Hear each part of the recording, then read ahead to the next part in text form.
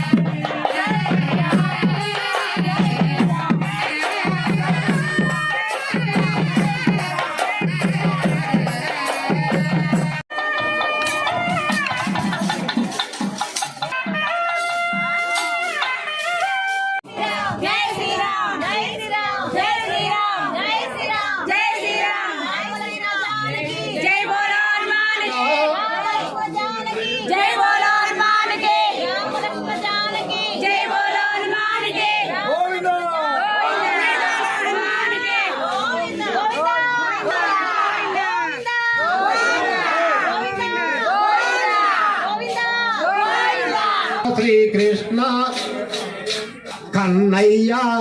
ఇప్పుడు